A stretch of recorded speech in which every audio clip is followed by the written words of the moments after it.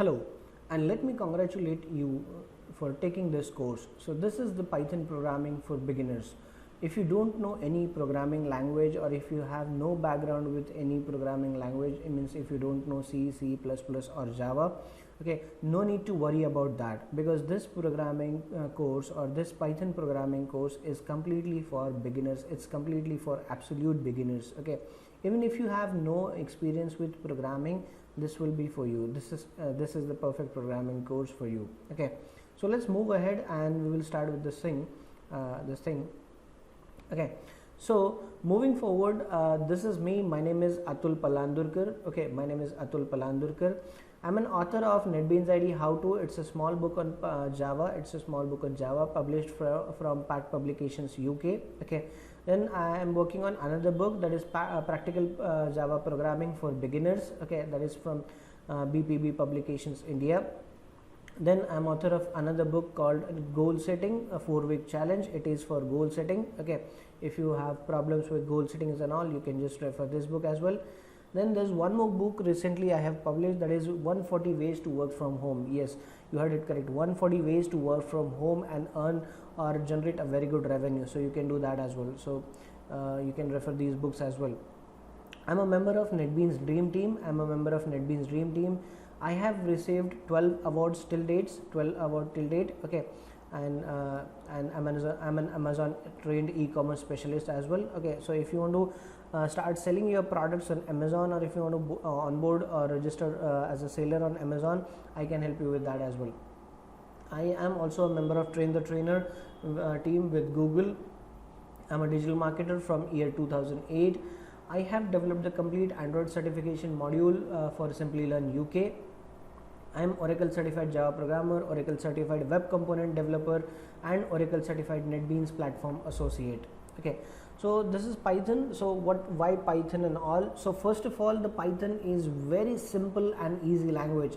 It's really a very simple and easy language. Okay, there are a lot of things which are related to Python which makes Python easy. Is for an example, you don't need to do a lot of things which we have to do or we are forced to do in some other languages like C, C++ or Java. Okay, then Python is object oriented programming language. Okay, so it's an object oriented programming language.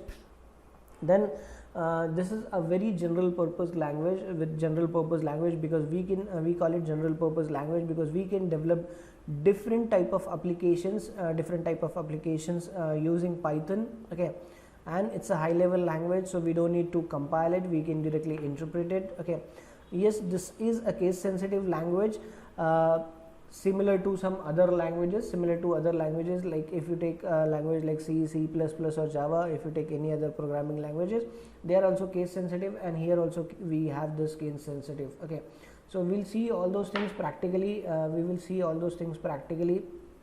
When we will go through the practical stuff. Okay, so and this is a very dynamically typed language. Okay, when we say dynamically typed, we don't need to define the variable like let's say integer I equals to 10 and then semicolon.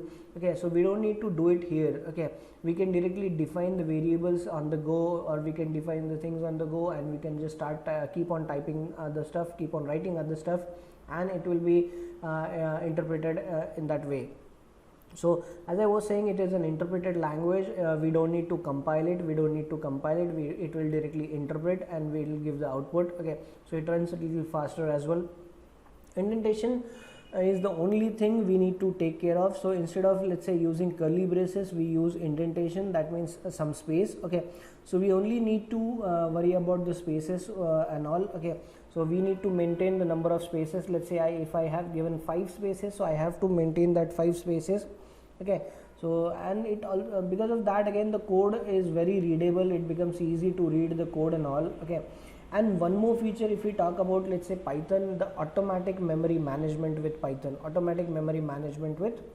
Okay, so that is really a very good feature with Python. Again, moving ahead, the Python is platform independent.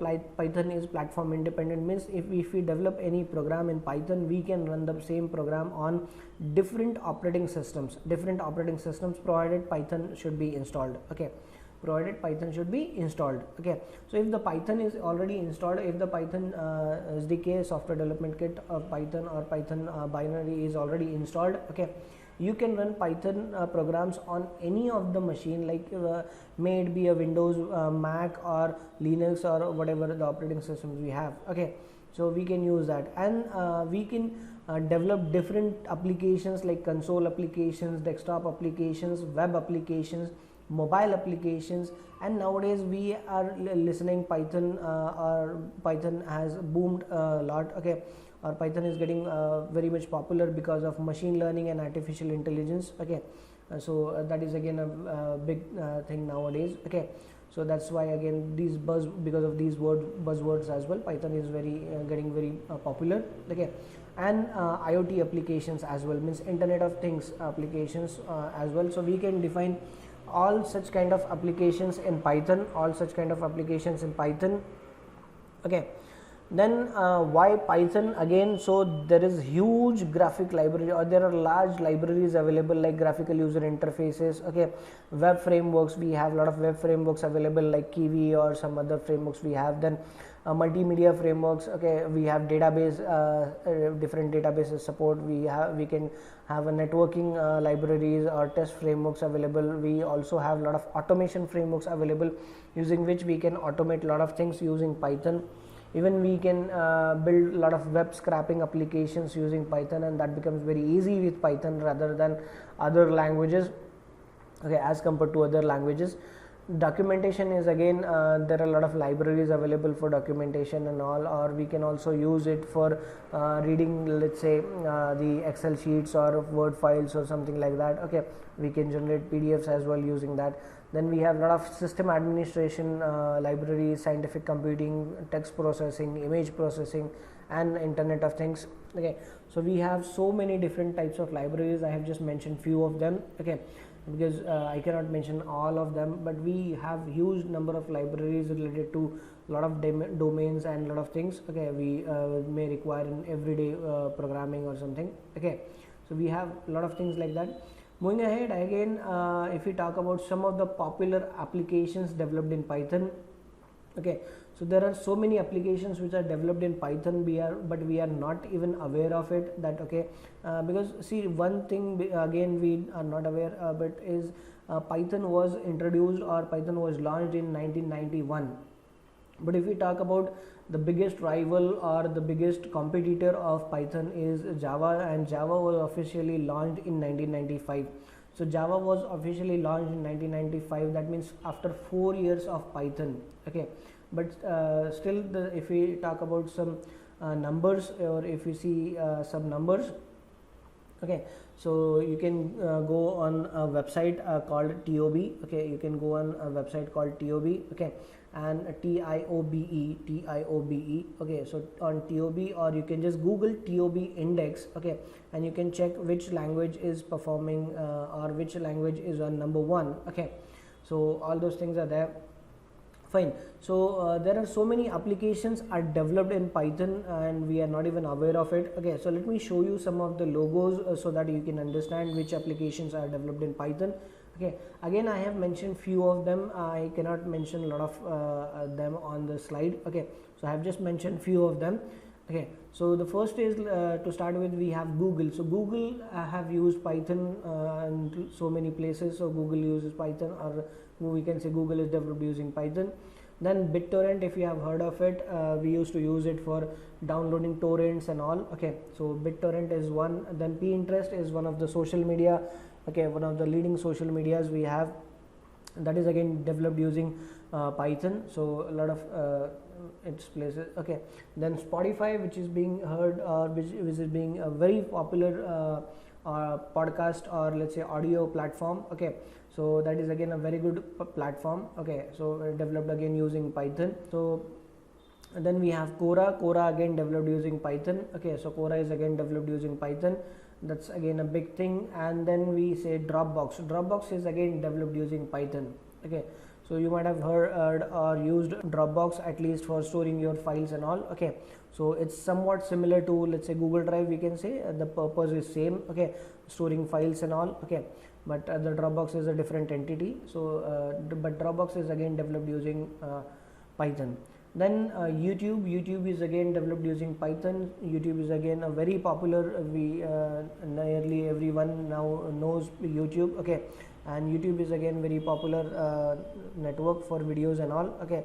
So YouTube is also developed using Python.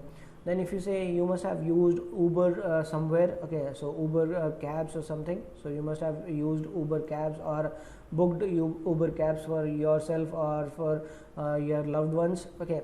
So Uber is again developed using Python.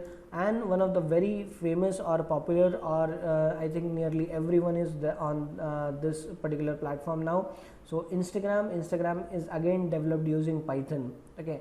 So Instagram is again the one platform which nearly everyone uses, and it is again developed using Python, okay. So these are some of the few apps I have just mentioned, where Python is being used, or they have used Python to develop the features and apps and all those things, okay. So as you can see, a lot of people are using Python, or very big companies are using Python as well, but we should know about it and we should work on it, okay. So let's move ahead with the another slide. So here I am sharing some of the job openings available in the market, okay. So I'm just searching on some of the slides. So here I have taken only 3 snapshots, but if you can see, we have on every slide I was searching for, let's say, machine learning job related to Python, okay. So we have a huge opening, we have you have huge opening, like, okay. So if you say tons of job openings are there, okay, in the market, let's say on this particular side we have 6,000 plus 6,600 plus jobs opening only in machine learning. And then again on this side, if you see, there are more than 12,700 jobs available, okay. And again on, if you go to this website, okay, this is more than 8,000 jobs available. And this is only if you talk about let's say a particular place. I was only searching for US, it's only for US if you say, okay. But if you search for all over the world or somewhere other, there are tons of jobs or huge openings are available in the market, okay. Only thing is we need to learn those skill sets, okay, and get the jobs, that's it, okay. So let's move ahead with so here we can just see the average salary of machine learning engineer, okay. So machine learning engineer average salary, so US pays around $134,000, okay. So here it's a big again salary, okay. So this is again a big salary, okay. Then if you see UK again pays £54,000 salary, that's again a big package, okay. Then again in Canada, if you see 100,000 plus dollars salary is there, okay. Again in Australia, if you say 100,000 plus dollars salary is there. And again in India, if you see 8 lakh plus salary or package, we can say, or 800,000 plus packages there. So it's again a big package for, let's say, beginners or machine learning engineers, okay. But for that again we need to have those skill sets, okay. Then we get this average salary. So this is the average salary, that means we have more and little less as well, okay. But we need to check on that, okay. So that's how we can just understand a lot of things are available in the market, and we can do a lot of things with the Python, okay. And again, let me tell you, it's really very easy. So we'll see through the journey of this program, okay, or this course, that how you can do a lot of programs easily and everything, okay. So let me tell you, we are going to have so many practices here, so many assignments I'll be giving you sometime, okay. And so many examples we will go through, okay, so that you can understand each and everything, okay. So I have crafted so many assignments as well, and the examples for you, so that you can understand each and everything in Python, okay. And it will help you a lot in your curriculum or your career, okay. So it will help you everywhere, okay. So let's move ahead. So this is, if we talk about the let's say difference between artificial intelligence, machine learning and deep learning. So basically when we say deep learning is subset of machine learning, and machine learning is subset of artificial intelligence.